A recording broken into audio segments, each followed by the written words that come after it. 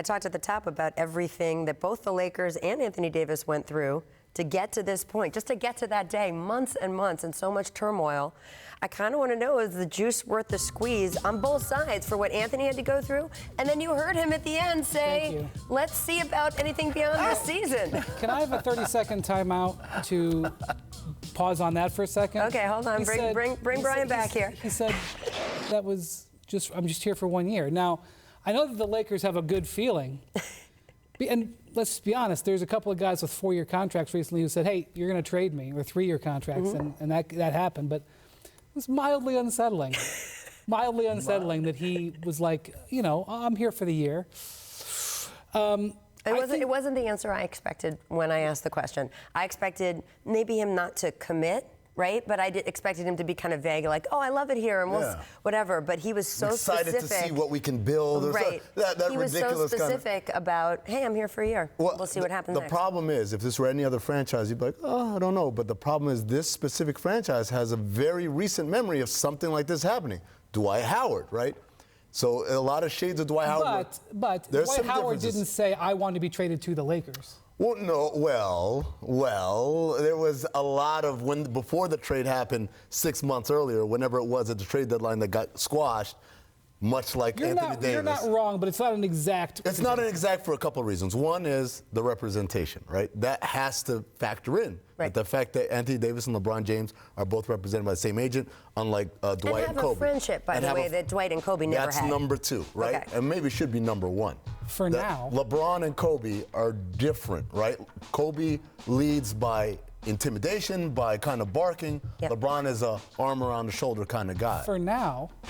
I mean, Okay, now he's doing it. Well, Laker Nation, I'm trying to say, everybody, calm down, it's different. Chris Paul and James Harden were like, yeah, come on, let's go together. And now they're like, so, yes, for now, but Rich Paul, I got to say, no matter what anybody says about Rich Paul, this man is about business. Yes. First, second, third. Just hope that it's a good year for the Lakers, because Rich Paul is not afraid to have business if that doesn't happen. That said, I do think it's a legitimate question here. I think for Anthony Davis was absolutely worth it for him. I think there's very little scar tissue. Certainly in the city of New Orleans there's scar tissue, but even that is mitigated by the fact that they won the lottery and they had a great summer. I think whatever he did to get the Lakers, if this is what he really wanted, totally worth it. For the Lakers, trading all of those assets, that to me is going to be the definition. Number one, Anthony Davis absolutely has to resign on a long-term deal next summer. Not a 2+1, a long-term deal. That's number one.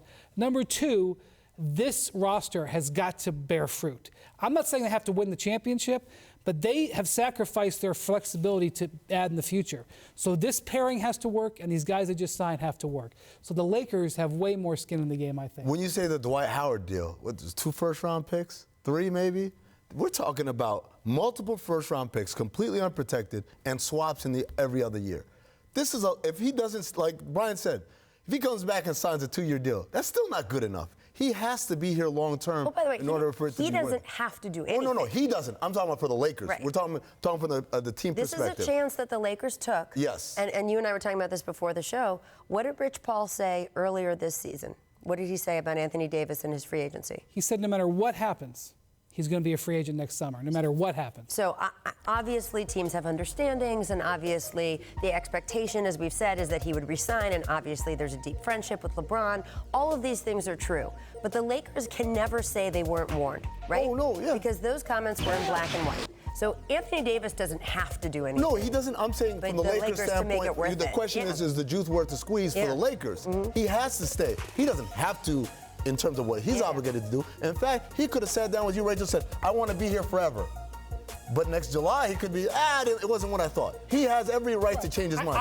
You mean in front of an arena full of people? I actually give him credit for being honest. I do too. And I also think this. A lot of people make assumptions about Rich Paul.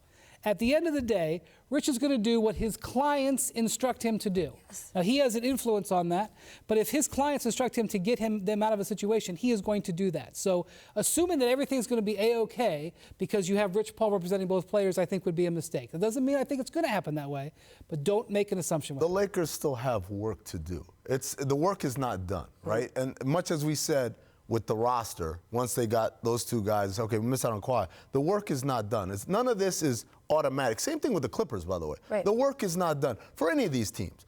It is an ongoing process. As we've learned, contracts don't even really matter. The Thunder thought Paul George was happy, and then one day he said, I'm not. So the work is never done.